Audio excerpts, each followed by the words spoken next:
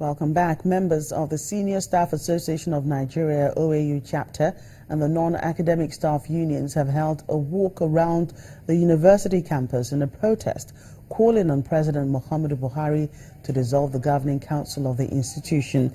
The management of the Obafemi Awolowo University, Ile-Ife in Osun State, and staff unions have been at loggerheads over the selection of a candidate for the position of Vice-Chancellor. Speaking to newsmen, the chairman of SANU, Ademola Oketunde, alleged that the unions believe that the selection process of a new Vice-Chancellor to replace Professor Bamitale Omole, whose 5-year tenure will end by June 2015, is not transparent and fair. But the Public Relations Officer of OAU, Ile-Ife, Abiodun Olarewaju, who spoke for the Vice-Chancellor, debunked this allegation. We have lost confidence in this council.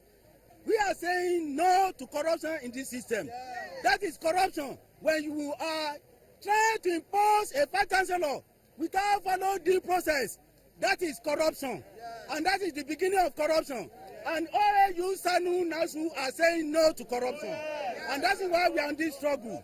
We want to tell you, the students, that is why we are on this struggle. The struggle we are doing is your struggle. It is the struggle of all of us. We must ensure that a credible candidate emerge as the Vice Chancellor of Obafemi Awolowo University. In the appointment of Vice Chancellors, particularly of a federal government-owned universities, and OAU cannot be an exception.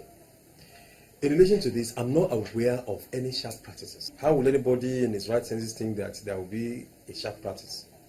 They should have allowed the sharp practice to come first before, raising the eyebrow. Those who are involved in this selection process are members of our governing council, eminent Nigerians, prominent Nigerians, decent and disciplined in their own fields. So are we saying that a 14-member council, all of them will be compromised along the same line? No. This is a university. We have those, whose opinions will be A, another opinion will be B, just like in law court.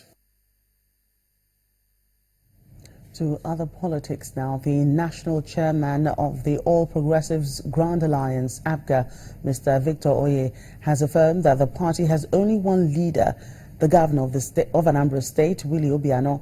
Mr. Oye says, according to the party's constitution, Governor Obiano is to be bestowed with such a title as he holds the highest position of authority in the party. The national chairman, speaking through the National Publicity Secretary, Mr. Ifeatu Obi-Okoye, makes the clarification to quell the leadership tussle, tearing the Orumba North branch of the party apart, following a declaration attributed to him. Members of the All Progressive Grand Alliance, APGA, gather in Abu, a community in Orumba North, local government area of Anambra State. The aim of this meeting is to thrash out the leadership tussle that's tearing the party apart. The party in the local government went into disarray following a media publication that Mr. Okudili Ezenwankwo is the leader of the party in the local government. The action of the national chairman has complicated the problems already ravaging and hampering the growth of APGA in Orumba North as the leadership position assumed by Okudili Ezenwankwo. We cannot accept Okudili Ezenwankwo as the leader of the party in our local government, as the height of such position cannot be attained by troops. Nobody have anointed anybody to be our leader because there's no vacancy in leadership in Orumba North. In reaction, the man in the eye of the storm, Mr. Okudili Ezenwankwo, maintains that the announcement of his leadership was not only done publicly, but in the presence of numerous APGA executive members and members in Anambra. And the party have right to give an appointment, and this is an appointment. So, and I so know that the party have done well, and I will continue working hard for the progress of the party. So all these criticisms, I don't believe them. The shocker came from the national chairman through the National Publicity Secretary of the party, who cleared the air.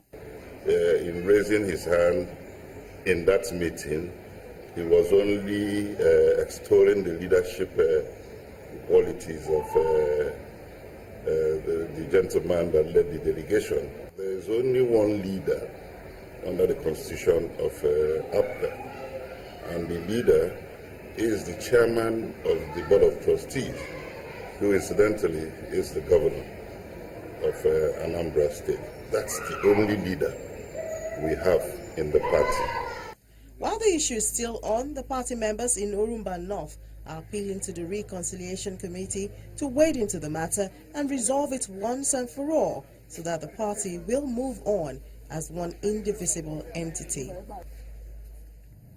The wife of the president, Mrs. Aisha Buhari, has launched her pet health project, the Future Assured Initiative towards reducing child and mortality rates in Ogun State.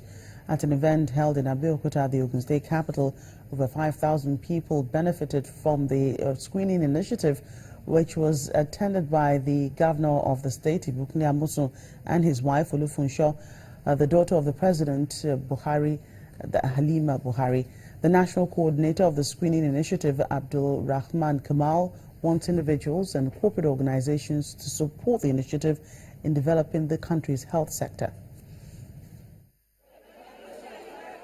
The Future Assured Initiative is part of an intervention program by the wife of the president, Mrs. Aisha Buhari, designed to help reduce health challenges confronting women and children in Nigeria.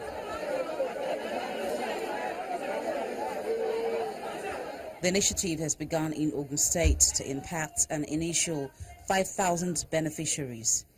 I urge you all here present today to take full advantage of this program provided by the wife of the President of the Federal Republic of Nigeria.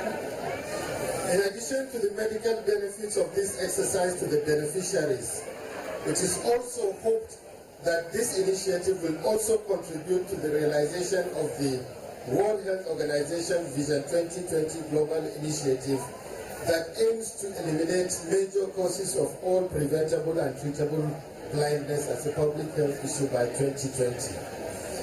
This exercise, again, is not about how many people are in need of this service, but it is about how many people will benefit from this exercise and how many will know that this is a reminder on the importance of regular medical checkups. The Ogun State governor used the opportunity to reiterate the commitment of this administration towards affordable and qualitative health care delivery in the state. Indeed, if we are to get it right, we must make sure that our people, the people of the state, have access to good health facilities and services. The governor believes that this initiative will complement the efforts of the state government and also called on corporate organizations and well-meaning Nigerians to support government in attaining better health care services for all. Finally on the program, it appears there may be light at the end of the tunnel, literally, as 67 communities in the Beju-Lekki area of Lagos State are now to enjoy power supply after being in darkness for 5 years. This comes as the state governor, Akinwumi Ambode, yesterday commissioned an electrification project connecting the communities to the national grid.